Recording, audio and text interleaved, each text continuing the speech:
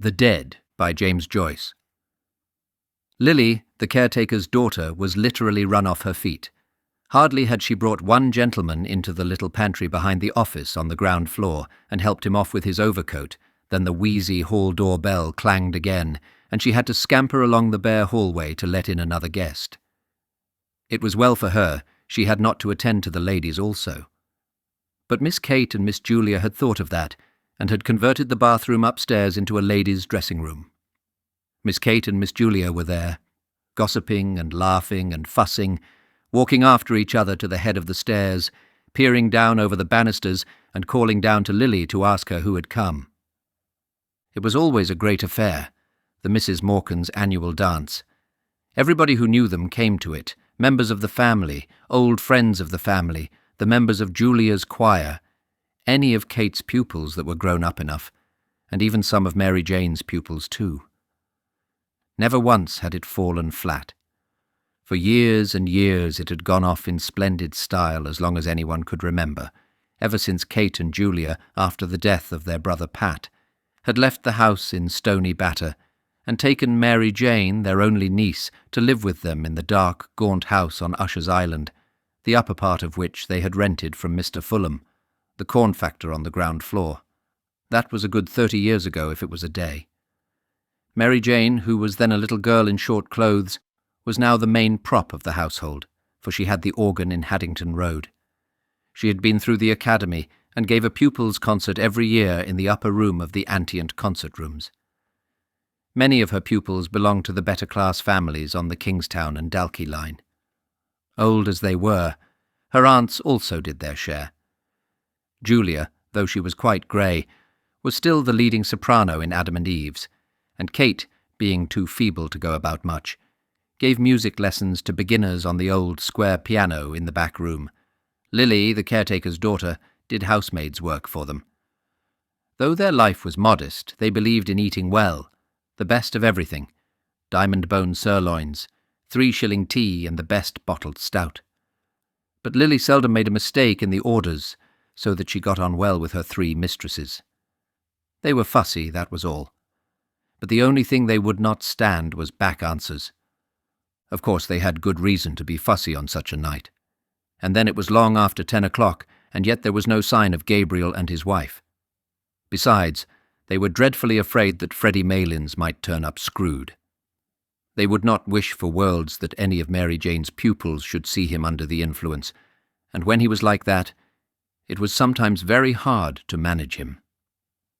Freddie Malins always came late, but they wondered what could be keeping Gabriel. And that was what brought them every 2 minutes to the banisters, to ask Lily had Gabriel or Freddie come.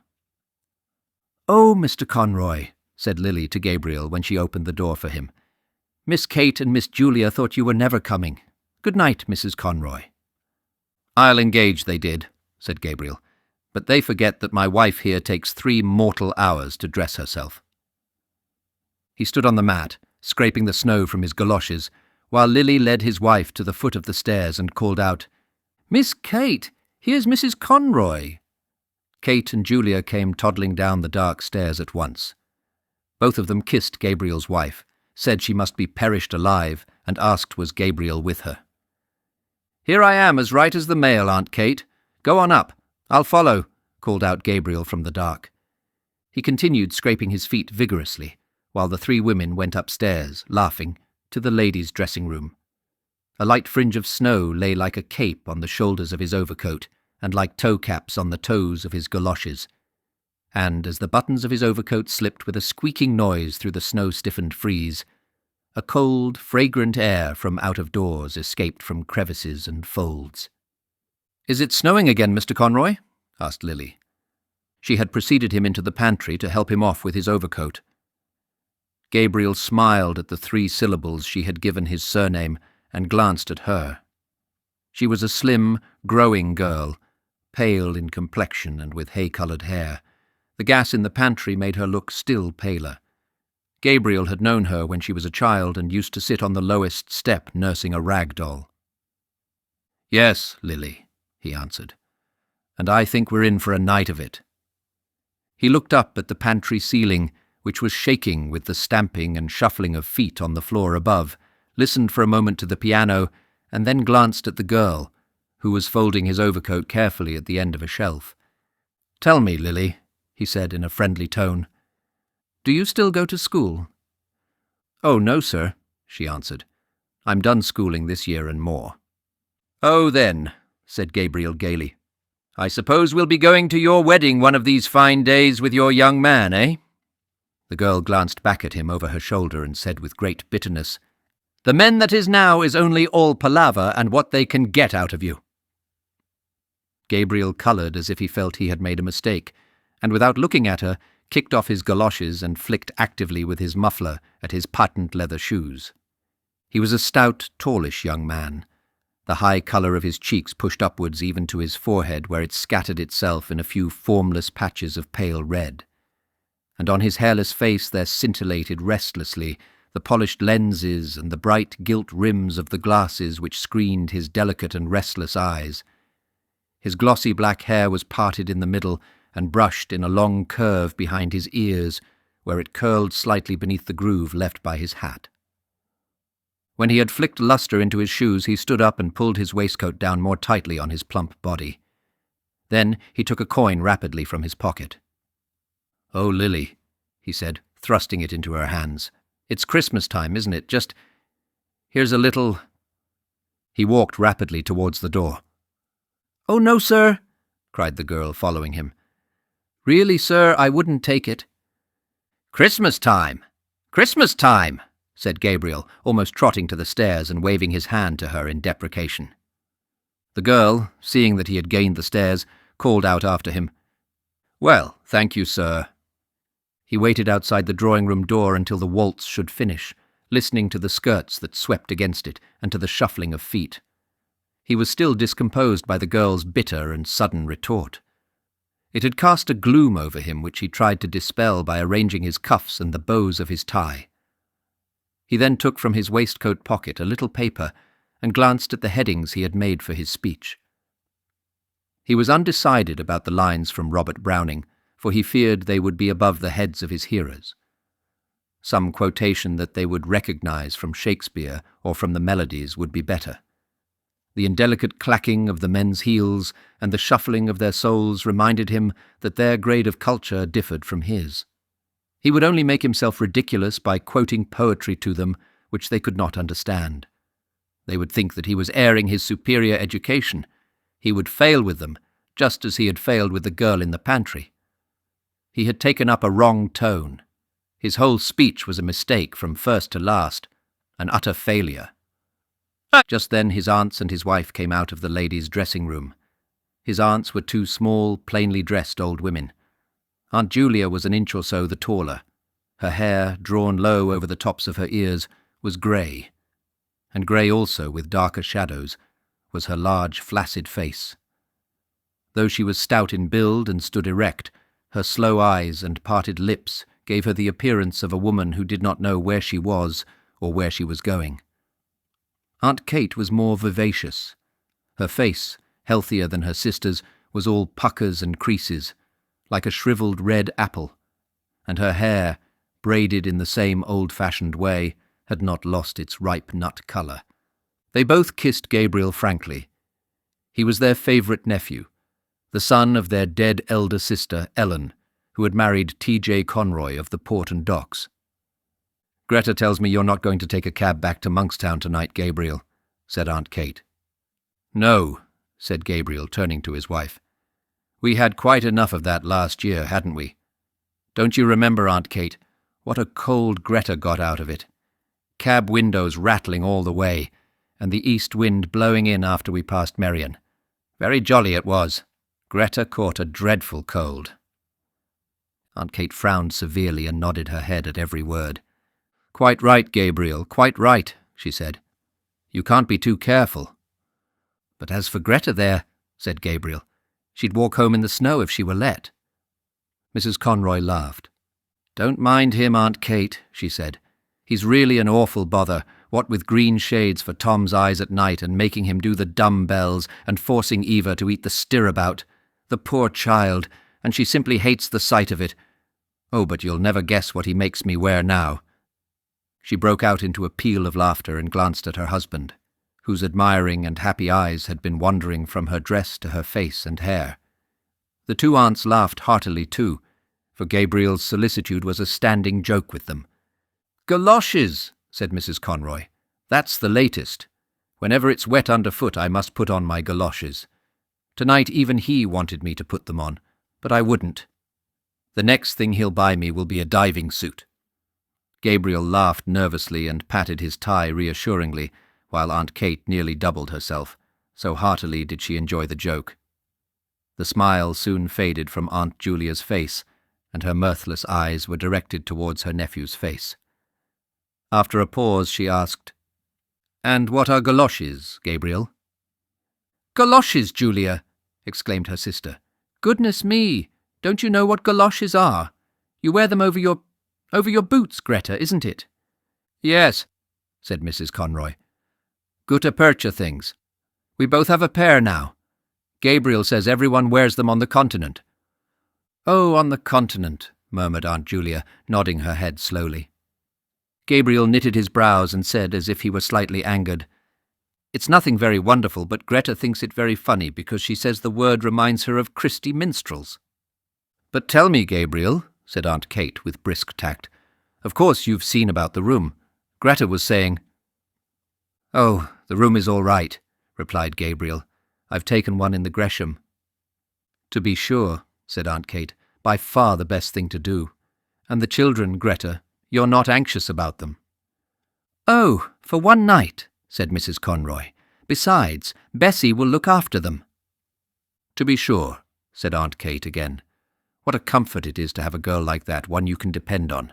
There's that Lily. I'm sure I don't know what has come over her lately. She's not the girl she was at all." Gabriel was about to ask his aunt some questions on this point, but she broke off suddenly to gaze after her sister, who had wandered down the stairs and was craning her neck over the banisters. "Now I ask you," she said almost testily, "where is Julia going? Julia! Julia! Where are you going?" Julia, who had gone halfway down one flight, came back and announced blandly, "Here's Freddie!" At the same moment a clapping of hands and a final flourish of the pianist told that the waltz had ended. The drawing-room door was opened from within, and some couples came out. Aunt Kate drew Gabriel aside hurriedly and whispered into his ear, "Slip down, Gabriel, like a good fellow, and see if he's all right. And don't let him up if he's screwed. I'm sure he's screwed. I'm sure he is." Gabriel went to the stairs and listened over the banisters. He could hear two persons talking in the pantry. Then he recognized Freddie Malin's laugh. He went down the stairs noisily. "It's such a relief," said Aunt Kate to Mrs. Conroy, "that Gabriel is here. I always feel easier in my mind when he's here.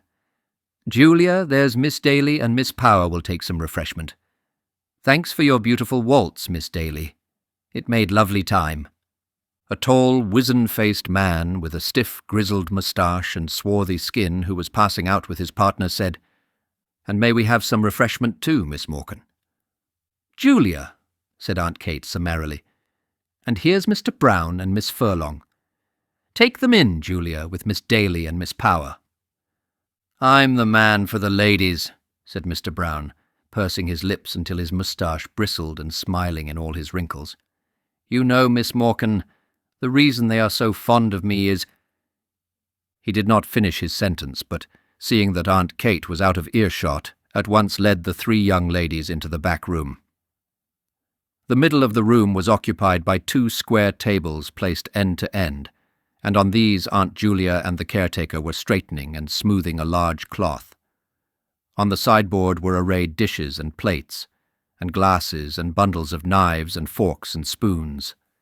The top of the closed square piano served also as a sideboard for viands and sweets. At a smaller sideboard in one corner, two young men were standing drinking hop bitters. Mr. Brown led his charges thither and invited them all, in jest, to some ladies' punch, hot, strong, and sweet. As they said they never took anything strong, he opened 3 bottles of lemonade for them. Then he asked one of the young men to move aside, and, taking hold of the decanter, filled out for himself a goodly measure of whisky. The The young men eyed him respectfully while he took a trial sip. "God help me," he said, smiling. "It's the doctor's orders." His wizened face broke into a broader smile, and the three young ladies laughed in musical echo to his pleasantry, swaying their bodies to and fro with nervous jerks of their shoulders. The boldest said, "Oh, now, Mr. Brown, I'm sure the doctor never ordered anything of the kind." Mr. Brown took another sip of his whisky and said, with sidling mimicry, "Well, you see, I'm like the famous Mrs. Cassidy, who is reported to have said, 'Now, Mary Grimes, if I don't take it, make me take it, for I feel I want it.'" His hot face had leaned forward a little too confidentially, and he had assumed a very low Dublin accent, so that the young ladies, with one instinct, received his speech in silence. Miss Furlong, who was one of Mary Jane's pupils, asked Miss Daly what was the name of the pretty waltz she had played, and Mr. Brown, seeing that he was ignored, turned promptly to the two young men who were more appreciative. A red-faced young woman dressed in pansy came into the room, excitedly clapping her hands and crying, "Quadrilles, quadrilles!" Close on her heels came Aunt Kate, crying, "2 gentlemen and 3 ladies, Mary Jane." "Oh, here's Mr. Bergin and Mr. Kerrigan," said Mary Jane. "Mr. Kerrigan, will you take Miss Power? Miss Furlong, may I get you a partner, Mr. Bergin? Oh, that'll just do now." "3 ladies, Mary Jane," said Aunt Kate. The 2 young gentlemen asked the ladies if they might have the pleasure, and Mary Jane turned to Miss Daly. "Oh, Miss Daly, you're really awfully good after playing for the last 2 dances. But really we're so short of ladies tonight." "I don't mind in the least, Miss Morkan." "But I've a nice partner for you, Mr. Bartell Darcy, the tenor. I'll get him to sing later on. All Dublin is raving about him." lovely voice," said Aunt Kate. As the piano had twice begun the prelude to the first figure, Mary Jane led her recruits quickly from the room. They had hardly gone when Aunt Julia wandered slowly into the room, looking behind her at something. "What is the matter, Julia?" asked Aunt Kate anxiously. "Who is it?" Julia, who was carrying in a column of table napkins, turned to her sister and said, simply, as if the question had surprised her, "It's only Freddie, Kate, and Gabriel with him." In fact, right behind her, Gabriel could be seen piloting Freddie Malins across the landing. The latter, a young man of about 40, was of Gabriel's size and build, with very round shoulders. His face was fleshy and pallid, touched with colour only at the thick hanging lobes of his ears and at the wide wings of his nose. He had coarse features, a blunt nose, a convex and receding brow, tumid and protruded lips. His heavy-lidded eyes and the disorder of his scanty hair made him look sleepy. He was laughing heartily in a high key at a story which he had been telling Gabriel on the stairs, and at the same time rubbing the knuckles of his left fist backwards and forwards into his left eye. "Good evening, Freddie," said Aunt Julia. Freddie Malins bade the Misses Morkan good evening in what seemed an off-hand fashion by reason of the habitual catch in his voice, and then, seeing that Mr. Brown was grinning at him from the sideboard, crossed the room on rather shaky legs and began to repeat in an undertone the story he had just told to Gabriel. "He's not so bad, is he?" said Aunt Kate to Gabriel. Gabriel's brows were dark, but he raised them quickly and answered, "Oh, no, hardly noticeable." "Now, isn't he a terrible fellow?" she said. "And his poor mother made him take the pledge on New Year's Eve.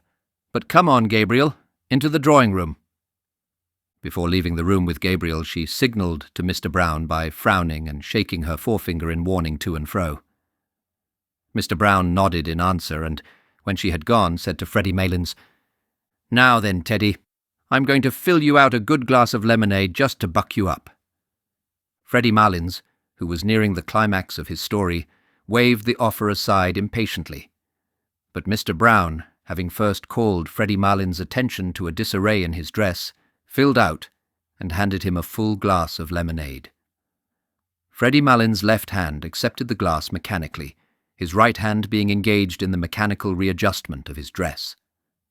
Mr. Brown, whose face was once more wrinkling with mirth, poured out for himself a glass of whisky, while Freddie Malins exploded, before he had well reached the climax of his story, in a kink of high-pitched bronchitic laughter, and, setting down his untasted and overflowing glass, began to rub the knuckles of his left fist backwards and forwards into his left eye, repeating words of his last phrase as well as his fit of laughter would allow him. Gabriel could not listen while Mary Jane was playing her academy piece, full of runs and difficult passages, to the hushed drawing-room. He liked music, but the piece she was playing had no melody for him, and he doubted whether it had any melody for the other listeners, though they had begged Mary Jane to play something. 4 young men, who had come from the refreshment room to stand in the doorway at the sound of the piano, had gone away quietly in couples after a few minutes. The only persons who seemed to follow the music were Mary Jane herself, her hands racing along the keyboard or lifted from it at the pauses like those of a priestess in momentary imprecation, and Aunt Kate standing at her elbow to turn the page. Gabriel's eyes, irritated by the floor, which glittered with beeswax under the heavy chandelier, wandered to the wall above the piano. A picture of the balcony scene in Romeo and Juliet hung there, and beside it was a picture of the 2 murdered princes in the tower, which Aunt Julia had worked in red, blue, and brown wools when she was a girl. Probably in the school they had gone to as girls, that kind of work had been taught for 1 year. His mother had worked for him as a birthday present a waistcoat of purple tabinet, with little foxes' heads upon it, lined with brown satin and having round mulberry buttons. It was strange that his mother had had no musical talent, though Aunt Kate used to call her the brains carrier of the Morcan family. Both she and Julia had always seemed a little proud of their serious and matronly sister. Her photograph stood before the pier glass. She held an open book on her knees, and was pointing out something in it to Constantine, who, dressed in a man-o'-war suit, lay at her feet. It was she who had chosen the name of her sons, for she was very sensible of the dignity of family life. Thanks to her, Constantine was now senior curate in Balbriggan, and thanks to her, Gabriel himself had taken his degree in the Royal University. A shadow passed over his face as he remembered her sullen opposition to his marriage. Some slighting phrases she had used still rankled in his memory. She had once spoken of Greta as being country cute, and that was not true of Greta at all. It was Greta who had nursed her during all her last long illness in their house at Monkstown. He knew that Mary Jane must be near the end of her piece, for she was playing again the opening melody, with runs of scales after every bar, and while he waited for the end, the resentment died down in his heart. The piece ended with a trill of octaves in the treble and a final deep octave in the bass. Great applause greeted Mary Jane as, blushing and rolling up her music nervously, she escaped from the room. The most vigorous clapping came from the 4 young men in the doorway who had gone away to the refreshment room at the beginning of the piece, but had come back when the piano had stopped. Lancers were arranged. Gabriel found himself partnered with Miss Ivors. She was a frank-mannered, talkative young lady, with a freckled face and prominent brown eyes. She did not wear a low-cut bodice, and the large brooch which was fixed in the front of her collar bore on it an Irish device and motto. When they had taken their places, she said abruptly, "I have a crow to pluck with you." "With me?" said Gabriel. She nodded her head gravely. "What is it?" asked Gabriel, smiling at her solemn manner. "Who is G.C.?" answered Miss Ivors, turning her eyes upon him. Gabriel coloured and was about to knit his brows as if he did not understand, when she said bluntly, "Oh, innocent Amy, I have found out that you write for the Daily Express. Now, aren't you ashamed of yourself?" "Why should I be ashamed of myself?" asked Gabriel, blinking his eyes and trying to smile. "Well, I'm ashamed of you," said Miss Ivors frankly. "To say you'd write for a paper like that. I didn't think you were a West Briton." A look of perplexity appeared on Gabriel's face. It was true that he wrote a literary column every Wednesday in the Daily Express, for which he was paid 15 shillings, but that did not make him a West Briton, surely. The books he received for review were almost more welcome than the paltry cheque. He loved to feel the covers and turn over the pages of newly printed books. Nearly every day when his teaching in the college was ended, he used to wander down the quays to the second-hand booksellers, to Hickey's on Bachelor's Walk, to Webb's or Massey's on Aston's Quay, or to O'Clohissey's in the by-street. He did not know how to meet her charge.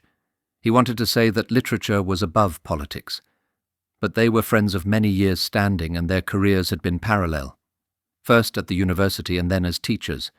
He could not risk a grandiose phrase with her. He continued blinking his eyes and trying to smile and murmured lamely that he saw nothing political in writing reviews of books. When their turn to cross had come, he was still perplexed and inattentive. Miss Ivors promptly took his hand in a warm grasp and said in a soft, friendly tone, "Of course I was only joking. Come, we cross now." When they were together again, she spoke of the university question, and Gabriel felt more at ease. A friend of hers had shown her his review of Browning's poems.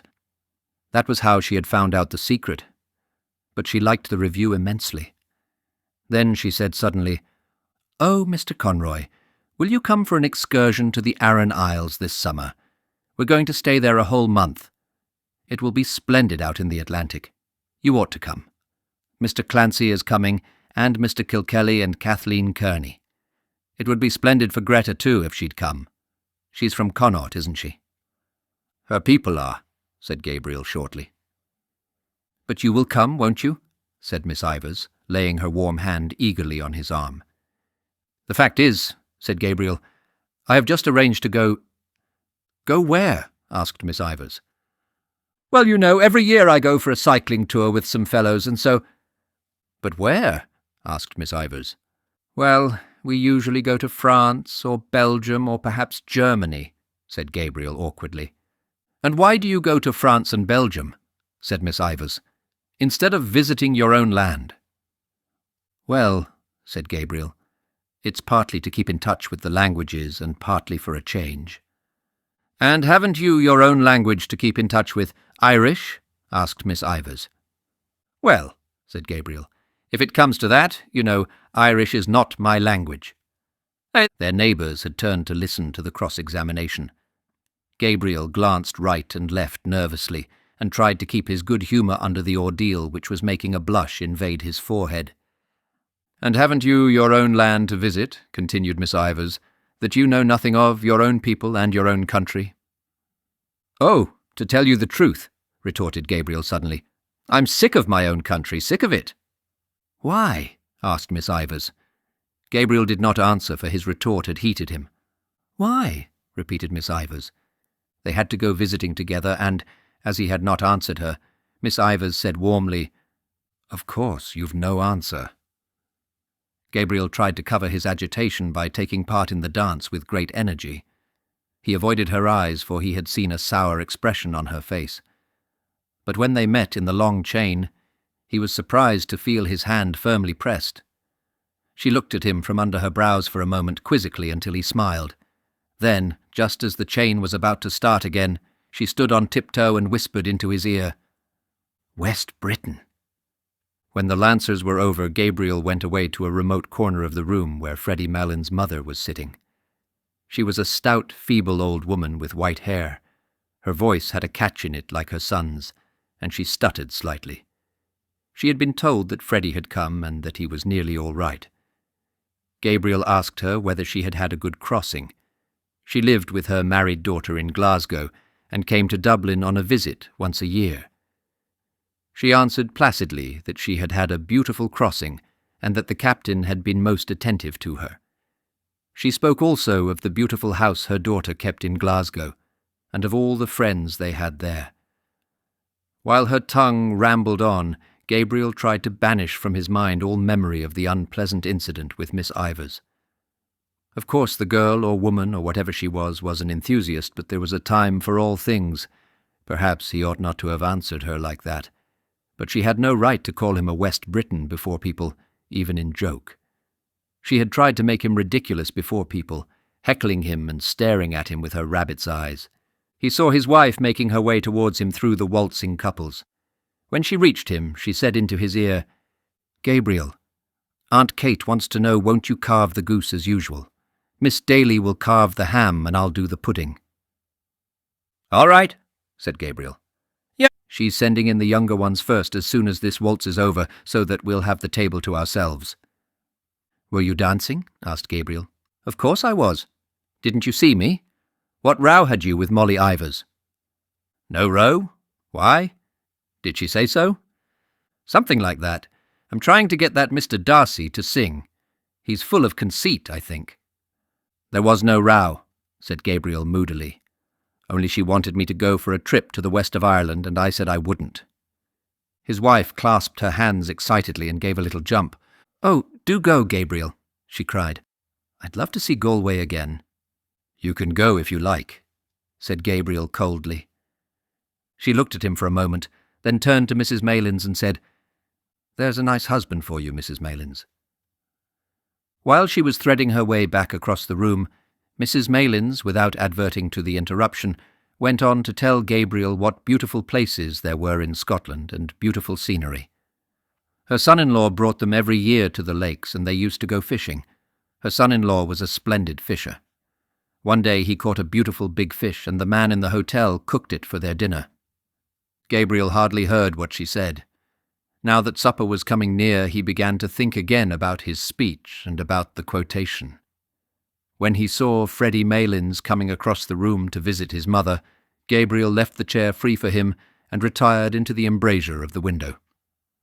The room had already cleared, and from the back room came the clatter of plates and knives. Those who still remained in the drawing-room seemed tired of dancing and were conversing quietly in little groups. Gabriel's warm, trembling fingers tapped the cold pane of the window. How cool it must be outside. How pleasant it would be to walk out alone, first along by the river, and then through the park. The snow would be lying on the branches of the trees and forming a bright cap on the top of the Wellington Monument. How much more pleasant it would be there than at the supper table. He ran over the headings of his speech: Irish hospitality, sad memories, the three graces, Paris, the quotation from Browning.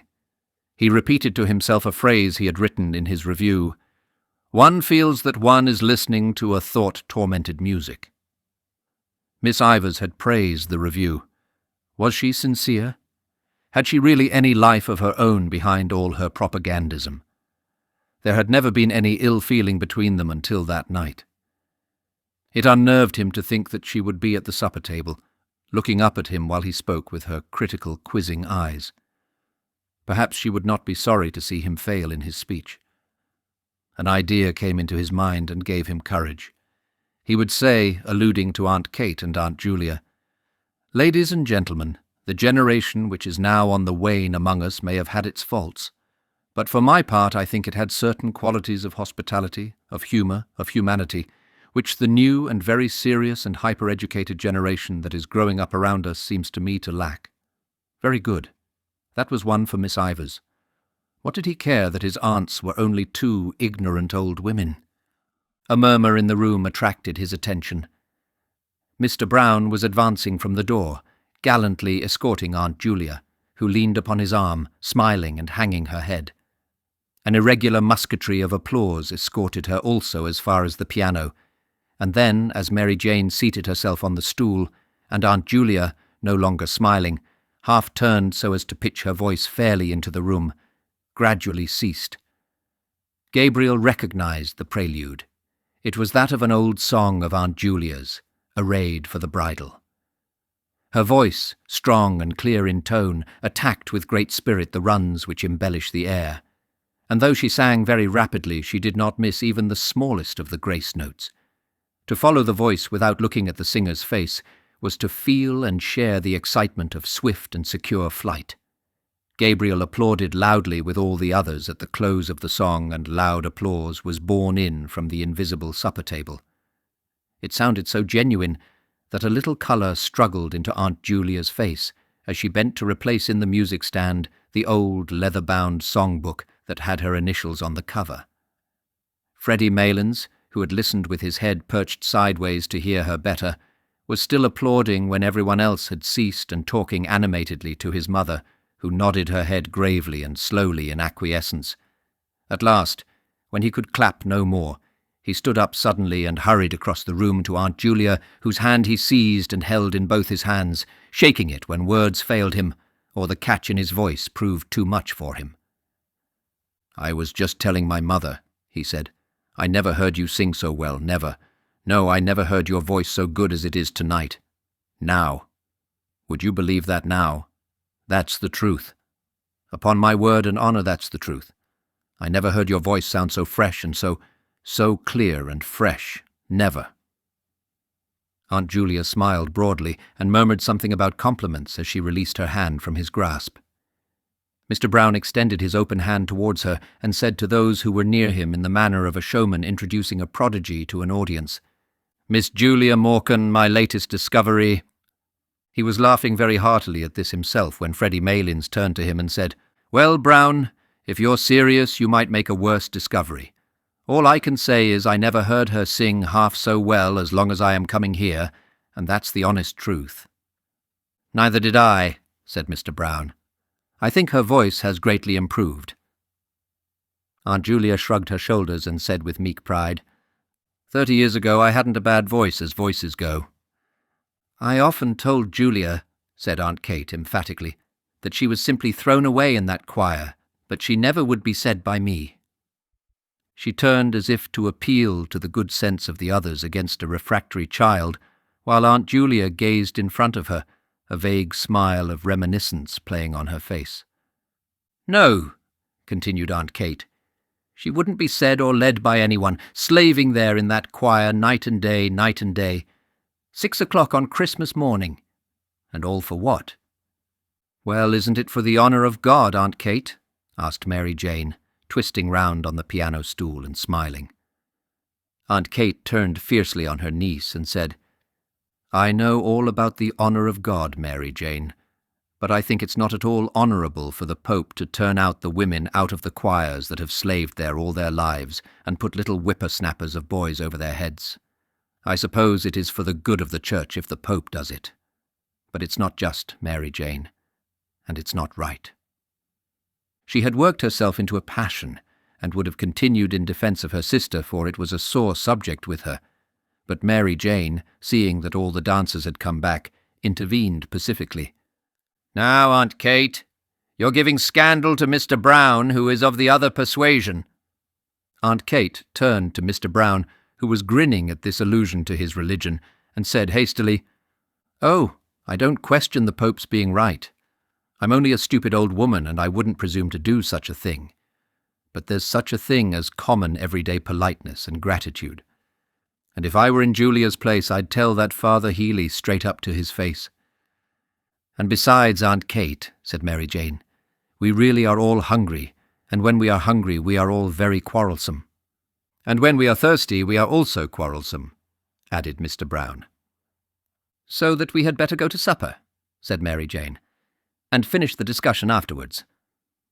On the landing outside the drawing-room, Gabriel found his wife and Mary Jane trying to persuade Miss Ivors to stay for supper.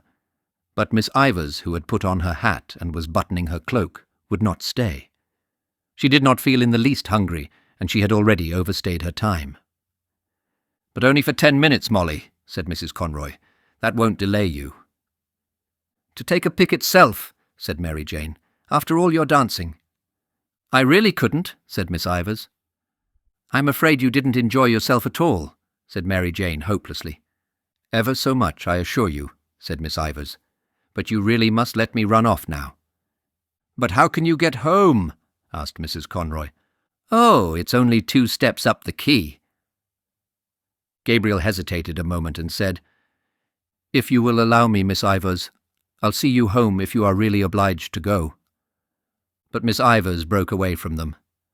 "I won't hear of it," she cried. "For goodness' sake, go into your suppers and don't mind me. I'm quite well able to take care of myself." "Well, you're the comical girl, Molly," said Mrs. Conroy frankly. "Beannacht lib!" cried Miss Ivors with a laugh as she ran down the staircase. Mary Jane gazed after her, a moody, puzzled expression on her face, while Mrs. Conroy leaned over the banisters to listen for the hall door. Gabriel asked himself, was he the cause of her abrupt departure? But she did not seem to be in ill humour. She had gone away laughing. He stared blankly down the staircase. At the moment Aunt Kate came toddling out of the supper-room, almost wringing her hands in despair. "Where is Gabriel?" she cried. "Where on earth is Gabriel? There's everyone waiting in there, stage to let, and nobody to carve the goose." "Here I am, Aunt Kate," cried Gabriel with sudden animation, "ready to carve a flock of geese if necessary." A fat brown goose lay at one end of the table, and at the other end, on a bed of creased paper strewn with sprigs of parsley, lay a great ham, stripped of its outer skin and peppered over with crust crumbs, a neat paper frill round its shin, and beside this was a round of spiced beef. Between these rival ends ran parallel lines of side dishes, 2 little minsters of jelly, red and yellow, a shallow dish full of blocks of blancmange and red jam, a large green leaf-shaped dish with a stalk-shaped handle, on which lay bunches of purple raisins and peeled almonds, a companion dish on which lay a solid rectangle of Smyrna figs, a dish of custard topped with grated nutmeg, a small bowl full of chocolates and sweets wrapped in gold and silver papers, and a glass vase in which stood some tall celery stalks. In the centre of the table there stood, as sentries to a fruit stand which upheld a pyramid of oranges and American apples, 2 squat old-fashioned decanters of cut glass, one containing port, and the other dark sherry. On the closed square piano a pudding in a huge yellow dish lay in waiting, and behind it were 3 squads of bottles of stout and ale and minerals, drawn up according to the colours of their uniforms, the first 2 black, with brown and red labels, the third and smallest squad white, with transverse green sashes. Gabriel took his seat boldly at the head of the table and, having looked to the edge of the carver, plunged his fork firmly into the goose. He felt quite at ease now, for he was an expert carver, and liked nothing better than to find himself at the head of a well-laden table. "Miss Furlong, what shall I send you?" he asked. "A wing or a slice of the breast?" "Just a small slice of the breast." "Miss Higgins, what for you?" "Oh, anything at all, Mr. Conroy." While Gabriel and Miss Daly exchanged plates of goose and plates of ham and spiced beef, Lily went from guest to guest with a dish of hot, floury potatoes wrapped in a white napkin. This was Mary Jane's idea, and she had also suggested applesauce for the goose, but Aunt Kate had said that plain roast goose without any applesauce had always been good enough for her, and she hoped she might never eat worse. Mary Jane waited on her pupils and saw that they got the best slices, and Aunt Kate and Aunt Julia opened and carried across from the piano bottles of stout and ale for the gentlemen and bottles of minerals for the ladies. There was a great deal of confusion and laughter and noise, the noise of orders and counter-orders, of knives and forks, of corks and glass stoppers. Gabriel began to carve second helpings as soon as he had finished the first round without serving himself. Everyone protested loudly, so that he compromised by taking a long draught of stout, for he had found the carving hot work. Mary Jane settled down quietly to her supper, but Aunt Kate and Aunt Julia were still toddling round the table, walking on each other's heels, getting in each other's way and giving each other unheeded orders. Mr. Brown begged of them to sit down and eat their suppers, and so did Gabriel, but they said they were time enough, so that, at last, Freddie Malins stood up, and capturing Aunt Kate, plumped her down on her chair amid general laughter. When everyone had been well served, Gabriel said, smiling, "Now, if anyone wants a little more of what vulgar people call stuffing, let him or her speak." A chorus of voices invited him to begin his own supper, and Lily came forward with 3 potatoes, which she had reserved for him. "Very well," said Gabriel amiably as he took another preparatory draught. "Kindly forget my existence, ladies and gentlemen, for a few minutes." He set to his supper and took no part in the conversation with which the table covered Lily's removal of the plates. The subject of talk was the opera company which was then at the Theatre Royal. Mr. Bartell Darcy, the tenor, a dark-complexioned young man with a smart moustache, praised very highly the leading contralto of the company, but Miss Furlong thought she had a rather vulgar style of production. Freddie Malins said there was a Negro chieftain singing in the second part of the Gaiety pantomime, who had one of the finest tenor voices he had ever heard. "Have you heard him?" he asked Mr. Bartell Darcy across the table. "No," answered Mr. Bartell Darcy carelessly. "Because," Freddie Malins explained, "now I'd be curious to hear your opinion of him. I think he has a grand voice." "It takes Teddy to find out the really good things," said Mr. Brown familiarly to the table. "And why couldn't he have a voice too?" asked Freddie Mullins sharply. "Is it because he's only a black?" Nobody answered this question, and Mary Jane led the table back to the legitimate opera. One of her pupils had given her a pass for Mignon. Of course it was very fine, she said, but it made her think of poor Georgina Burns. Mr. Brown could go back farther still, to the old Italian companies that used to come to Dublin, Tietjens, Ilma de Murska, Campanini, the great Trebelli, Giuglini, Ravelli, Aramburo. Those were the days, he said, when there was something like singing to be heard in Dublin. He told, too, of how the top gallery of the Old Royal used to be packed night after night, of how one night an Italian tenor had sung 5 encores to Let Me Like a Soldier Fall, introducing a high C every time, and of how the gallery boys would sometimes in their enthusiasm unyoke the horses from the carriage of some great prima donna and pull her themselves through the streets to her hotel. "Why did they never play the grand old operas now?" he asked. "Denora, Lucrezia Borgia." "Because they could not get the voices to sing them. That was why." "Oh, well," said Mr. Bartell D'Arcy, "I presume there are as good singers today as there were then." "Where are they?" asked Mr. Brown defiantly. "In London, Paris, Milan," said Mr. Bartell D'Arcy warmly. "I suppose Caruso, for example, is quite as good, if not better than any of the men you have mentioned." "Maybe so," said Mr. Brown, "but I may tell you I doubt it strongly." "Oh, I'd give anything to hear Caruso sing," said Mary Jane. "For me," said Aunt Kate, who had been picking a bone, "there was only one tenor.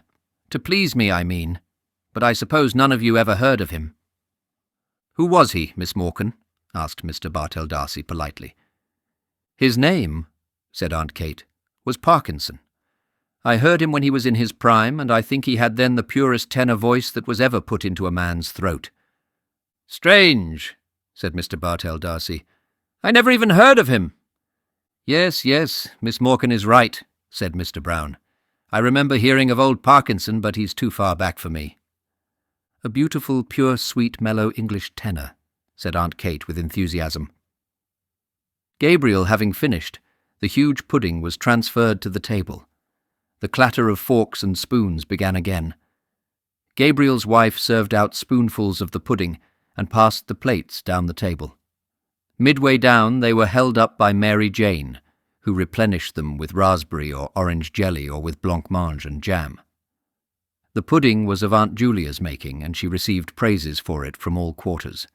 She herself said that it was not quite brown enough.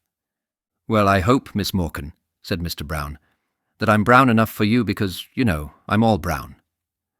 All the gentlemen except Gabriel ate some of the pudding out of compliment to Aunt Julia. As Gabriel never ate sweets, the celery had been left for him. Freddie Malins also took a stalk of celery and ate it with his pudding. He had been told that celery was a capital thing for the blood, and he was just then under doctor's care. Mrs. Malins, who had been silent all through the supper, said that her son was going down to Mount Melleray in a week or so. The table then spoke of Mount Melleray, how bracing the air was down there, how hospitable the monks were, and how they never asked for a penny piece from their guests. "And do you mean to say," asked Mr. Brown incredulously, "that a chap can go down there and put up there as if it were a hotel and live on the fat of the land, and then come away without paying anything?" "Oh, most people give some donation to the monastery when they leave," said Mary Jane.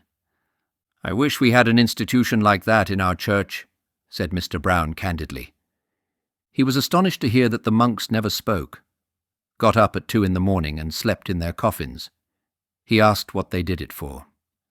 "That's the rule of the order," said Aunt Kate firmly. "Yes, but why?"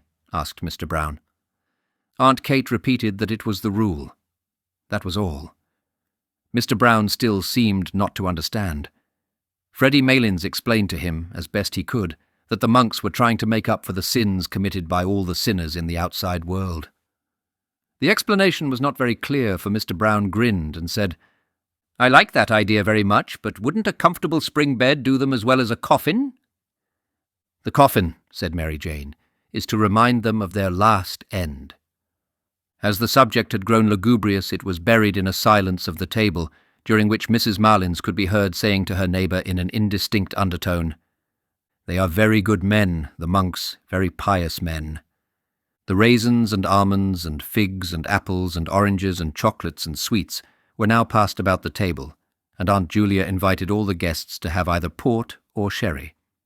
At first, Mr. Bartell Darcy refused to take either, but one of his neighbours nudged him and whispered something to him, upon which he allowed his glass to be filled. Gradually, as the last glasses were being filled, the conversation ceased. A pause followed, broken only by the noise of the wine and by unsettlings of chairs. The Misses Morkan, all three, looked down at the tablecloth. Someone coughed once or twice, and then a few gentlemen patted the table gently as a signal for silence. The silence came, and Gabriel pushed back his chair. The patting at once grew louder in encouragement, and then ceased altogether. Gabriel leaned his 10 trembling fingers on the tablecloth and smiled nervously at the company. Meeting a row of upturned faces, he raised his eyes to the chandelier. The piano was playing a waltz tune, and he could hear the skirts sweeping against the drawing-room door. People, perhaps, were standing in the snow on the quay outside, gazing up at the lighted windows and listening to the waltz music. The air was pure there. In the distance lay the park where the trees were weighted with snow. The Wellington Monument wore a gleaming cap of snow that flashed westward over the white field of 15 acres. He began, "Ladies and gentlemen, it has fallen to my lot this evening, as in years past, to perform a very pleasing task, but a task for which I am afraid my poor powers as a speaker are all too inadequate." "No, no," said Mr. Brown, "but however that may be, I can only ask you tonight to take the will for the deed, and to lend me your attention for a few moments while I endeavour to express to you in words what my feelings are on this occasion.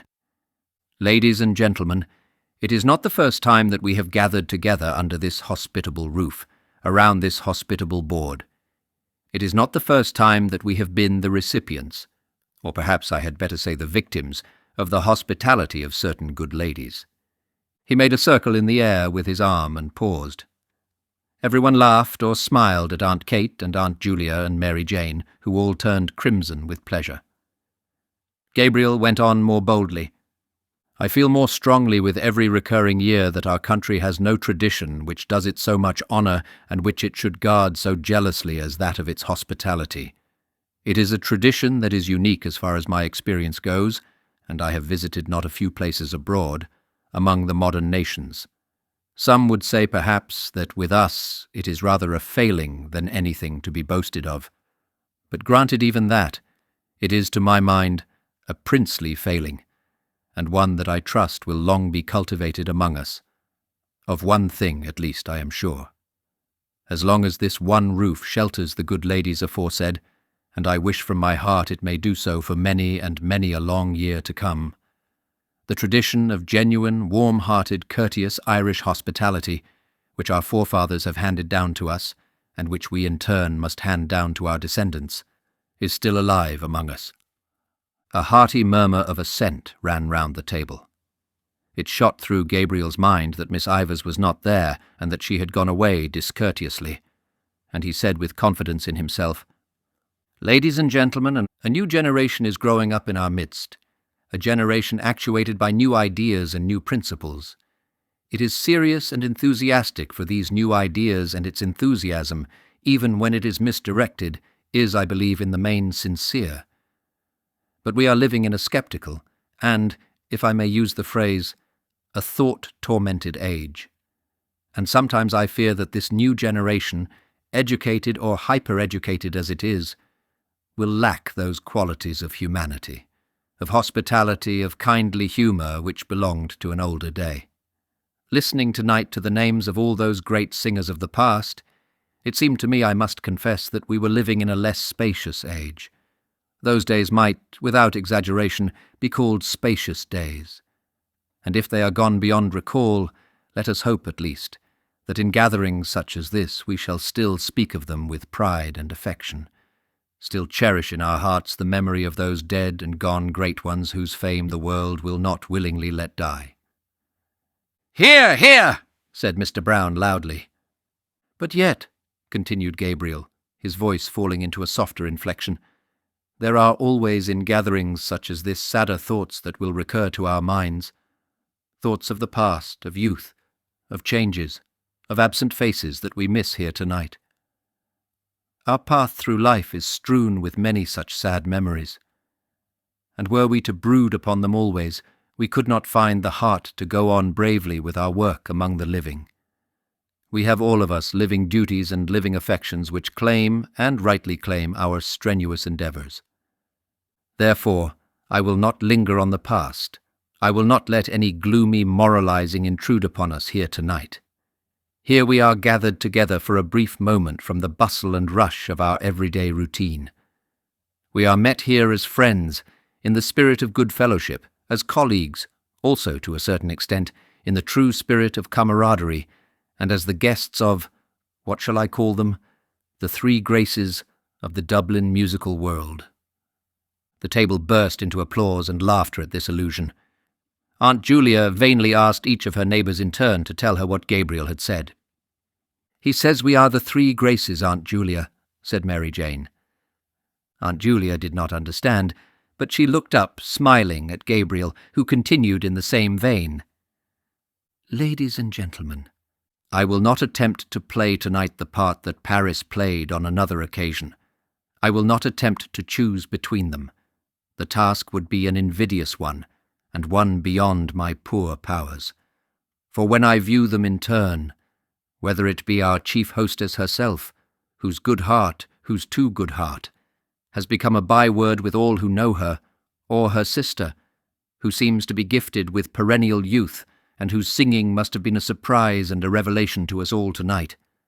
Or last but not least, when I consider our youngest hostess, talented, cheerful, hard-working, and the best of nieces, I confess, ladies and gentlemen, that I do not know to which of them I should award the prize." Gabriel glanced down at his aunts, and, seeing the large smile on Aunt Julia's face and the tears which had risen to Aunt Kate's eyes, hastened to his close. He raised his glass of port gallantly, while every member of the company fingered a glass expectantly and said loudly, "Let us toast them all three together. Let us drink to their health, wealth, long life, happiness, and prosperity, and may they long continue to hold the proud and self-won position which they hold in their profession, and the position of honour and affection which they hold in our hearts." All the guests stood up, glass in hand, and turning towards the three seated ladies, sang in unison, with Mr. Brown as leader.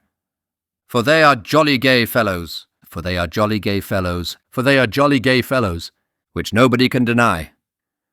Aunt Kate was making frank use of her handkerchief, and even Aunt Julia seemed moved. Freddie Malins beat time with his pudding fork, and the singers turned towards one another, as if in melodious conference, while they sang with emphasis. "Unless he tells a lie, unless he tells a lie." Then, turning once more towards their hostesses, they sang, "For they are jolly gay fellows, for they are jolly gay fellows, for they are jolly gay fellows," which nobody can deny. The acclamation which followed was taken up beyond the door of the supper-room by many of the other guests, and renewed time after time, Freddie Malins acting as officer with his fork on high. The piercing morning air came into the hall where they were standing, so that Aunt Kate said, "Close the door, somebody. Mrs. Malins will get her death of cold." "Brown is out there, Aunt Kate," said Mary Jane. "Brown is everywhere," said Aunt Kate, lowering her voice. Mary Jane laughed at her tone. "Really," she said archly, "he is very attentive." "He has been laid on here like the gas," said Aunt Kate in the same tone, "all during the Christmas." She laughed herself this time good-humouredly, and then added quickly, "But tell him to come in, Mary Jane, and close the door. I hope to goodness he didn't hear me." At that moment the hall door was opened, and Mr. Brown came in from the doorstep, laughing as if his heart would break. He was dressed in a long green overcoat with mock astrakhan cuffs and collar, and wore on his head an oval fur cap. He pointed down the snow-covered quay from where the sound of shrill, prolonged whistling was borne in. "Teddy will have all the cabs in Dublin out," he said. Gabriel advanced from the little pantry behind the office, struggling into his overcoat, and, looking round the hall, said, Greta not down yet?" "She's getting on her things, Gabriel," said Aunt Kate. "Who's playing up there?" asked Gabriel. "Nobody. They're all gone." "Oh no, Aunt Kate," said Mary Jane. "Bartell Darcy and Miss O'Callaghan aren't gone yet." "Someone is fooling at the piano anyhow," said Gabriel. Mary Jane glanced at Gabriel and Mr. Brown and said with a shiver, "It makes me feel cold to look at you two gentlemen muffled up like that. I wouldn't like to face your journey home at this hour." "I'd like nothing better this minute," said Mr. Brown stoutly, "than a rattling fine walk in the country, or a fast drive with a good spanking goer between the shafts." "We used to have a very good horse and trap at home," said Aunt Julia sadly. "The never-to-be-forgotten Johnny," said Mary Jane, laughing. Aunt Kate and Gabriel laughed too. "Why, what was wonderful about Johnny?" asked Mr. Brown. "The late lamented Patrick Morkan, our grandfather, that is," explained Gabriel, "commonly known in his later years as the old gentleman, was a glue boiler." "Oh, now, Gabriel," said Aunt Kate, laughing, "he had a starch mill." "Well, glue or starch," said Gabriel. "The old gentleman had a horse by the name of Johnny, and Johnny used to work in the old gentleman's mill, walking round and round in order to drive the mill. That was all very well. But now comes the tragic part about Johnny. One fine day the old gentleman thought he'd like to drive out with the Quality to a military review in the park." "The Lord have mercy on his soul," said Aunt Kate compassionately. "Amen," said Gabriel. So the old gentleman, as I said, harnessed Johnny, and put on his very best tall hat and his very best stock collar, and drove out in grand style from his ancestral mansion somewhere near Back Lane, I think. Everyone laughed, even Mrs. Maylands at Gabriel's manner, and Aunt Kate said, "Oh, now, Gabriel, he didn't live in Back Lane, really. Only the mill was there." "Out from the mansion of his forefathers," continued Gabriel, "he drove with Johnny, and everything went on beautifully until Johnny came in sight of King Billy's statue, and whether he fell in love with the horse King Billy sits on, or whether he thought he was back again in the mill, anyhow, he began to walk round the statue." Gabriel paced in a circle round the hall in his goloshes, amid the laughter of the others. "Round and round he went," said Gabriel, "and the old gentleman, who was a very pompous old gentleman, was highly indignant. 'Go on, sir. What do you mean, sir? Johnny, Johnny! Most extraordinary conduct. Can't understand the horse.'" The peal of laughter which followed Gabriel's imitation of the incident was interrupted by a resounding knock at the hall door. Mary Jane ran to open it and let in Freddie Marlins. Freddie Marlins, with his hat well back on his head and his shoulders humped with cold, was puffing and steaming after his exertions. "I could only get one cab," he said. "Oh, we'll find another along the quay," said Gabriel. "Yes," said Aunt Kate. "Better not keep Mrs. Marlins standing in the draught." Mrs. Maylands was helped down the front steps by her son and Mr. Brown, and, after many manoeuvres, hoisted into the cab. Freddie Maylands clambered in after her and spent a long time settling her on the seat, Mr. Brown helping him with advice. At last she was settled comfortably, and Freddie Maylands invited Mr. Brown into the cab. There was a good deal of confused talk, and then Mr. Brown got into the cab. The cabman settled his rug over his knees and bent down for the address.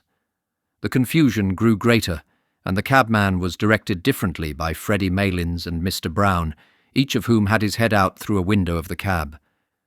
The difficulty was to know where to drop Mr. Brown along the route, and Aunt Kate, Aunt Julia, and Mary Jane helped the discussion from the doorstep with cross-directions and contradictions and abundance of laughter. As for Freddie Maylands, he was speechless with laughter. He popped his head in and out of the window every moment to the great danger of his hat, and told his mother how the discussion was progressing, till at last Mr. Brown shouted to the bewildered cabman above the din of everybody's laughter, "Do you know Trinity College?" "Yes, sir," said the cabman. "Well, drive bang up against Trinity College gates," said Mr. Brown, "and then we'll tell you where to go. You understand now?" "Yes, sir," said the cabman. "Make like a bird for Trinity College." "Right, sir," said the cabman. The horse was whipped up and the cab rattled off along the quay amid a chorus of laughter and adieus. Gabriel had not gone to the door with the others.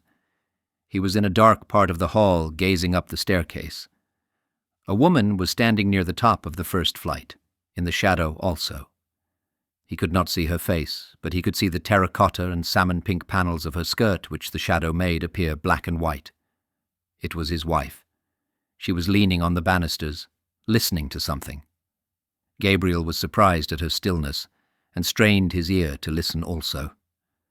But he could hear little save the noise of laughter and dispute on the front steps, a few chords struck on the piano, and a few notes of a man's voice singing. He stood still in the gloom of the hall, trying to catch the air that the voice was singing and gazing up at his wife. There was grace and mystery in her attitude, as if she were a symbol of something. He asked himself, what is a woman standing on the stairs in the shadow, listening to distant music, a symbol of?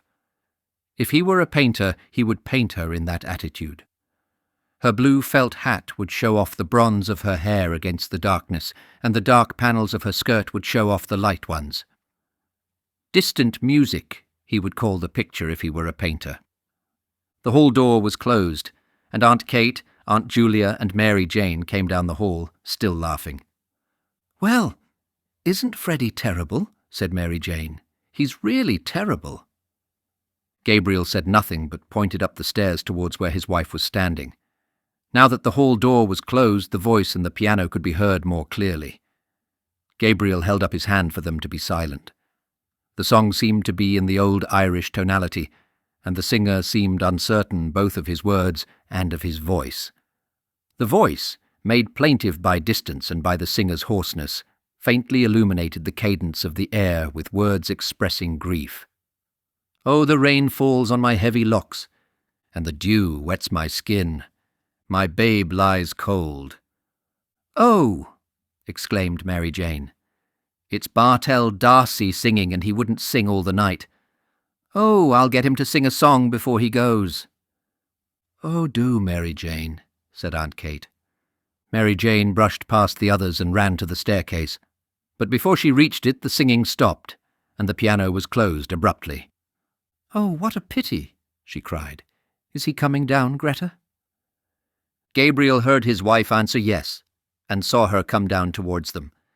A few steps behind her were Mr. Bartell D'Arcy and Miss O'Callaghan.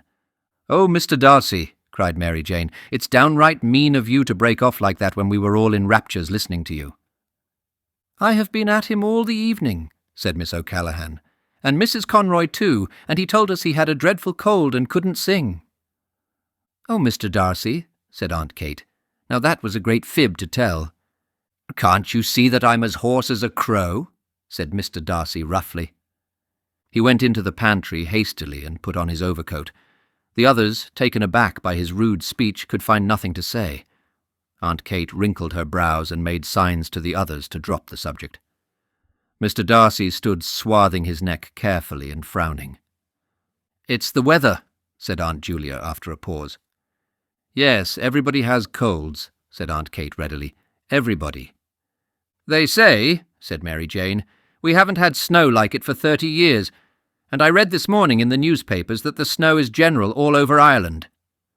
"I love the look of snow," said Aunt Julia sadly. "So do I," said Miss O'Callaghan. "I think Christmas is never really Christmas unless we have the snow on the ground." "But poor Mr. D'Arcy doesn't like the snow," said Aunt Kate, smiling. Mr. D'Arcy came from the pantry, fully swathed and buttoned, and in a repentant tone told them the history of his cold. Everyone gave him advice and said it was a great pity, and urged him to be very careful of his throat in the night air. Gabriel watched his wife, who did not join in the conversation. She was standing right under the dusty fanlight, and the flame of the gas lit up the rich bronze of her hair, which he had seen her drying at the fire a few days before. She was in the same attitude and seemed unaware of the talk about her. At last she turned towards them, and Gabriel saw that there was colour on her cheeks, and that her eyes were shining. A sudden tide of joy went leaping out of his heart. "Mr. D'Arcy," she said, "what is the name of that song you were singing?" "It's called The Lass of Aughrim," said Mr. D'Arcy, "but I couldn't remember it properly. Why? Do you know it?" "The lass of Aughrim," she repeated. "I couldn't think of the name." "It's a very nice air," said Mary Jane. "I'm sorry you were not in voice tonight." "Now, Mary Jane," said Aunt Kate, "don't annoy Mr. Darcy. I won't have him annoyed." Seeing that all were ready to start, she shepherded them to the door, where good night was said. "Well, good night, Aunt Kate, and thanks for the pleasant evening." "Good night, Gabriel." "Good night, Greta." "Good night, Aunt Kate, and thanks ever so much." "Good night, Aunt Julia." "Oh, good night, Greta, I didn't see you." "Good night, Mr. Darcy. Good night, Miss O'Callaghan." "Good night, Miss Morkan." "Good night again. Good night, all. Safe home." "Good night. Good night." The morning was still dark. A dull yellow light brooded over the houses and the river, and the sky seemed to be descending. It was slushy underfoot, and only streaks and patches of snow lay on the roofs, on the parapets of the quay and on the area railings. The lamps were still burning redly in the murky air, and across the river the palace of the Four Courts stood out menacingly against the heavy sky. She was walking on before him with Mr. Bartell Darcy, her shoes in a brown parcel tucked under one arm, and her hands holding her skirt up from the slush. She had no longer any grace of attitude, but Gabriel's eyes were still bright with happiness. The blood went bounding along his veins, and the thoughts went rioting through his brain, proud, joyful, tender, valorous. She was walking on before him so lightly and so erect that he longed to run after her noiselessly, catch her by the shoulders and say something foolish and affectionate into her ear. She seemed to him so frail that he longed to defend her against something and then to be alone with her. Moments of their secret life together burst like stars upon his memory. A heliotrope envelope was lying beside his breakfast cup, and he was caressing it with his hand. Birds were twittering in the ivy, and the sunny web of the curtain was shimmering along the floor. He could not eat for happiness. They were standing on the crowded platform, and he was placing a ticket inside the warm palm of her glove. He was standing with her in the cold, looking in through a grated window at a man making bottles in a roaring furnace. It was very cold. Her face, fragrant in the cold air, was quite close to his, and suddenly he called out to the man at the furnace, "Is the fire hot, sir?" But the man could not hear with the noise of the furnace. It was just as well. He might have answered rudely. A wave of yet more tender joy escaped from his heart, and went coursing in warm flood along his arteries. Like the tender fire of stars, moments of their life together, that no one knew of or would ever know of, broke upon and illumined his memory. He longed to recall to her those moments, to make her forget the years of their dull existence together, and remember only their moments of ecstasy. For the years, he felt, had not quenched his soul or hers. Their children, his writing, her household cares had not quenched all their souls' tender fire. In one letter that he had written to her then, he had said, "Why is it that words like these seem to me so dull and cold? Is it because there is no word tender enough to be your name?" Like distant music, these words that he had written years before were borne towards him from the past. He longed to be alone with her. When the others had gone away, when he and she were in their room in the hotel, then they would be alone together. He would call her softly, "Greta!" Perhaps she would not hear at once. She would be undressing. Then something in his voice would strike her. She would turn and look at him. At the corner of Wine Tavern Street they met a cab. He was glad of its rattling noise as it saved him from conversation. She was looking out of the window and seemed tired. The others spoke only a few words, pointing out some building or street. The horse galloped along wearily under the murky morning sky, dragging his old rattling box after his heels, and Gabriel was again in a cab with her, galloping to catch the boat, galloping to their honeymoon. As the cab drove across O'Connell Bridge, Miss O'Callaghan said, "They say you never cross O'Connell Bridge without seeing a white horse." "I see a white man this time," said Gabriel. "Where?" asked Mr. Bartell Darcy. Gabriel pointed to the statue on which lay patches of snow. Then he nodded familiarly to it and waved his hand. "Good night, Dan," he said gaily. When the cab drew up before the hotel, Gabriel jumped out and, in spite of Mr. Bartell Darcy's protest, paid the driver. He gave the man a shilling over his fare. The man saluted and said, "A prosperous New Year to you, sir." "The same to you," said Gabriel cordially. She leaned for a moment on his arm in getting out of the cab, and while standing at the curbstone, bidding the others good night. She leaned lightly on his arm, as lightly as when she had danced with him a few hours before. He had felt proud and happy then, happy that she was his, proud of her grace and wifely carriage. But now, after the kindling again of so many memories, the first touch of her body, musical and strange and perfumed, sent through him a keen pang of lust. Under cover of her silence he pressed her arm closely to his side, and as they stood at the hotel door, he felt that they had escaped from their lives and duties, escaped from home and friends and run away together with wild and radiant hearts to a new adventure. An old man was dozing in a great hooded chair in the hall. He lit a candle in the office and went before them to the stairs. They followed him in silence, their feet falling in soft thuds on the thickly carpeted stairs. She mounted the stairs behind the porter, her head bowed in the ascent, her frail shoulders curved as with a burden, her skirt girt tightly about her.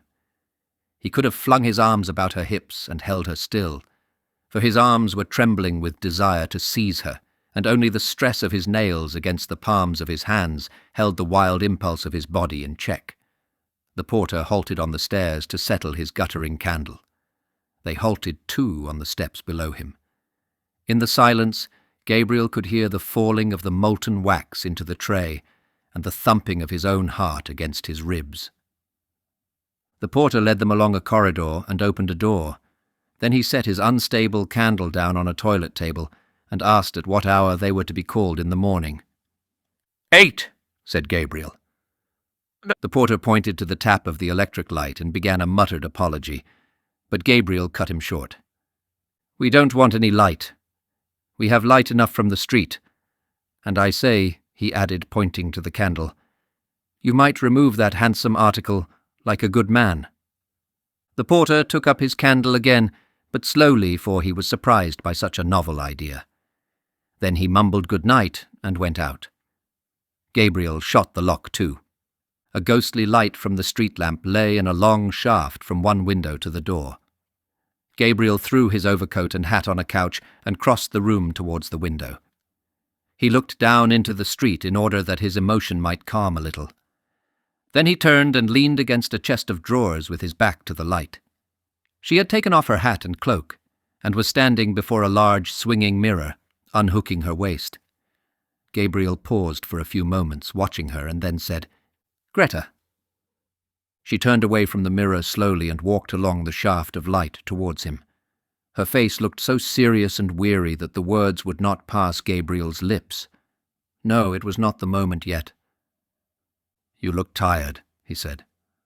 I am a little, she answered. You don't feel ill or weak? No, tired, that's all. She went on to the window and stood there, looking out. Gabriel waited again, and then, fearing that diffidence was about to conquer him, he said abruptly, By the way, Greta. What is it? You know that poor fellow Malins? He said quickly. Yes. What about him? Well, poor fellow, he's a decent sort of chap after all, continued Gabriel in a false voice. He gave me back that sovereign I lent him, and I didn't expect it, really.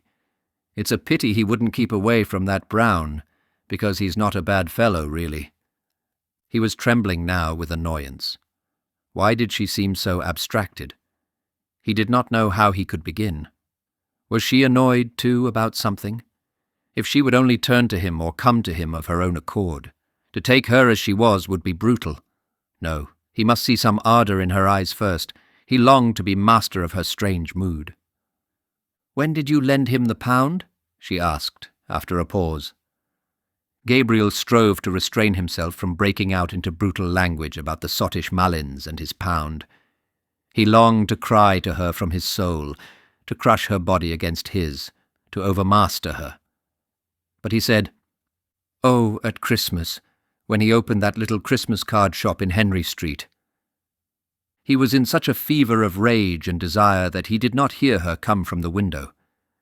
She stood before him for an instant, looking at him strangely. Then, suddenly raising herself on tiptoe and resting her hands lightly on his shoulders, she kissed him. "You are a very generous person, Gabriel," she said. Gabriel, trembling with delight at her sudden kiss and at the quaintness of her phrase, put his hands on her hair and began smoothing it back, scarcely touching it with his fingers. The washing had made it fine and brilliant. His heart was brimming over with happiness. Just when he was wishing for it, she had come to him of her own accord. Perhaps her thoughts had been running with his. Perhaps she had felt the impetuous desire that was in him, and then the yielding mood had come upon her. Now that she had fallen to him so easily, he wondered why he had been so diffident. He stood holding her head between his hands. Then, slipping one arm swiftly about her body and drawing her towards him, he said softly, "Greta, dear, what are you thinking about?" She did not answer, nor yield wholly to his arm. He said again softly, "Tell me what it is, Greta. I think I know what is the matter. Do I know?" She did not answer at once. Then she said in an outburst of tears, "Oh, I am thinking about that song, The Lass of Aughrim." She broke loose from him and ran to the bed and, throwing her arms across the bed-rail, hid her face. Gabriel stood stock-still for a moment in astonishment, and then followed her. As he passed in the way of the cheval glass, he caught sight of himself in full length, his broad, well-filled shirt-front, the face whose expression always puzzled him when he saw it in a mirror, and his glimmering, gilt-rimmed eyeglasses. He halted a few paces from her and said, "What about the song? Why does that make you cry?" She raised her head from her arms and dried her eyes with the back of her hand like a child. A kinder note than he had intended went into his voice. "Why, Greta?" he asked. "I am thinking about a person long ago who used to sing that song." "And who was the person long ago?" asked Gabriel, smiling. "It was a person I used to know in Galway when I was living with my grandmother," she said. The smile passed away from Gabriel's face. A dull anger began to gather again at the back of his mind, and the dull fires of his lust began to glow angrily in his veins. "Someone you were in love with?" he asked ironically. "It was a young boy I used to know," she answered, "named Michael Fury. He used to sing that song, The Lass of Aughrim. He was very delicate." Gabriel was silent. He did not wish her to think that he was interested in this delicate boy. "I can see him so plainly," she said after a moment. Such eyes as he had. Big, dark eyes. And such an expression in them. An expression. "Oh, then, you were in love with him?" said Gabriel. "I used to go out walking with him," she said, "when I was in Galway." A thought flew across Gabriel's mind. "Perhaps that was why you wanted to go to Galway with that Ivor's girl," he said coldly. She looked at him and asked in surprise, "What for?" Her eyes made Gabriel feel awkward. He shrugged his shoulders and said, "How do I know? To see him, perhaps." She looked away from him along the shaft of light towards the window in silence. "He is dead," she said at length. "He died when he was only 17. Isn't it a terrible thing to die so young as that?" "What was he?" asked Gabriel, still ironically. "He was in the gasworks," she said. Gabriel felt humiliated by the failure of his irony, and by the evocation of this figure from the dead, a boy in the gasworks. While he had been full of memories of their secret life together, full of tenderness and joy and desire, she had been comparing him in her mind with another. A shameful consciousness of his own person assailed him. He saw himself as a ludicrous figure, acting as a penny boy for his aunts, a nervous, well-meaning sentimentalist orating to vulgarians and idealizing his own clownish lusts, the pitiable, fatuous fellow he had caught a glimpse of in the mirror. Instinctively, he turned his back more to the light, lest she might see the shame that burned upon his forehead. He tried to keep up his tone of cold interrogation, but his voice when he spoke was humble and indifferent. "I suppose you were in love with this Michael Fury, Greta," he said. I was great with him at that time, she said. Her voice was veiled and sad. Gabriel, feeling now how vain it would be to try to lead her whither he had purposed, caressed one of her hands and said, also sadly, "And what did he die of so young, Greta? Consumption, was it?" "I think he died for me," she answered. A vague terror seized Gabriel at this answer, as if, at that hour when he had hoped to triumph, some impalpable and vindictive being was coming against him, gathering forces against him in its vague world. But he shook himself free of it with an effort of reason and continued to caress her hand. He did not question her again, for he felt that she would tell him of herself. Her hand was warm and moist. It did not respond to his touch, but he continued to caress it, just as he had caressed her first letter to him that spring morning. "It was in the winter," she said, "about the beginning of the winter, when I was going to leave my grandmother's and come up here to the convent. And he was ill at the time in his lodgings in Galway and wouldn't be let out, and his people in Oughterard were written to. He was in decline, they said, or something like that. I never knew rightly." She paused for a moment and sighed. "Poor fellow," she said.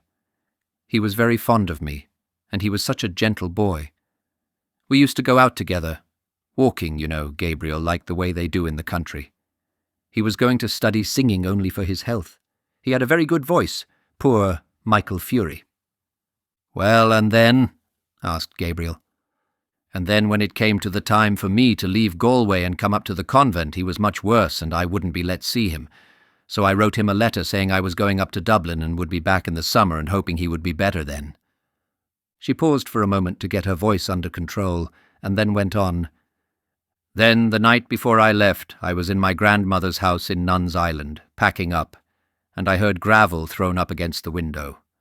The window was so wet I couldn't see, so I ran downstairs as I was and slipped out the back into the garden, and there was the poor fellow at the end of the garden shivering." "And did you not tell him to go back?" asked Gabriel. "I implored of him to go home at once and told him he would get his death in the rain.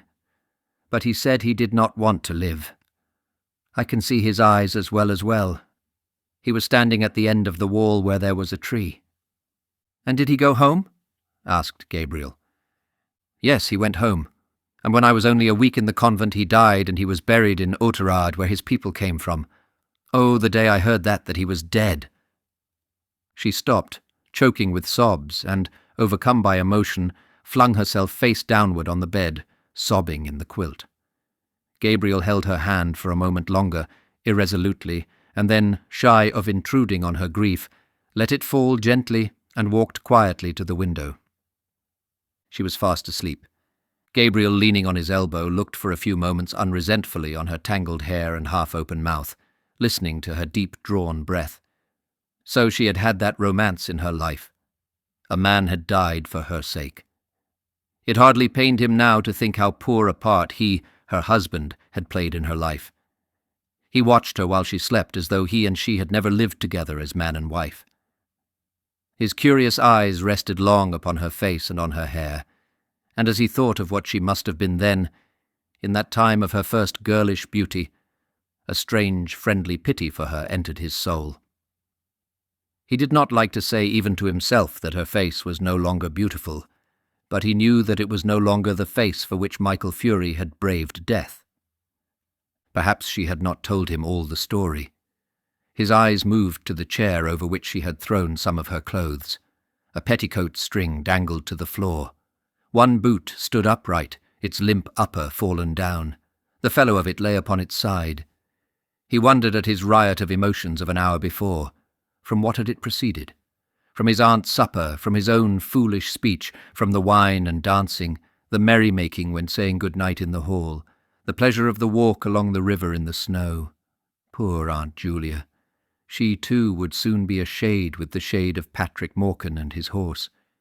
He had caught that haggard look upon her face for a moment when she was singing Arrayed for the Bridal. Soon, perhaps, he would be sitting in that same drawing-room, dressed in black, his silk hat on his knees. The blinds would be drawn down, and Aunt Kate would be sitting beside him, crying and blowing her nose and telling him how Julia had died. He would cast about in his mind for some words that might console her, and would find only lame and useless ones. Yes, yes, that would happen very soon. The air of the room chilled his shoulders. He stretched himself cautiously along under the sheets and lay down beside his wife. One by one they were all becoming shades. Better pass boldly into that other world, in the full glory of some passion, than fade and wither dismally with age. He thought of how she who lay beside him had locked in her heart for so many years that image of her lover's eyes when he had told her that he did not wish to live. Generous tears filled Gabriel's eyes. He had never felt like that himself towards any woman, but he knew that such a feeling must be love. The tears gathered more thickly in his eyes, and in the partial darkness he imagined he saw the form of a young man standing under a dripping tree. Other forms were near. His soul had approached that region where dwell the vast hosts of the dead. He was conscious of, but could not apprehend, their wayward and flickering existence. His own identity was fading out into a grey, impalpable world. The solid world itself, which these dead had one time reared and lived in, was dissolving and dwindling. A few light taps upon the pane made him turn to the window. It had begun to snow again. He watched sleepily the flakes, silver and dark, falling obliquely against the lamplight. The time had come for him to set out on his journey westward. Yes, the newspapers were right. Snow was general all over Ireland. It was falling on every part of the dark central plain, on the treeless hills, falling softly upon the bog of Allen, and farther westward, softly falling into the dark, mutinous Shannon waves. It was falling, too, upon every part of the lonely churchyard on the hill where Michael Fury lay buried. It lay thickly drifted on the crooked crosses and headstones, on the spears of the little gate, on the barren thorns.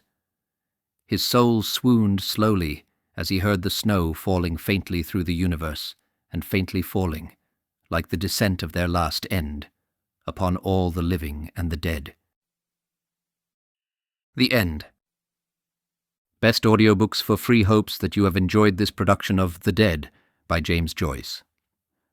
Please like this video and subscribe to our channel on YouTube and Rumble, as your like and subscription are the support we need to create more great free content. Please look to our website at bestaudiobooksforfree.com for a complete list of our audiobooks.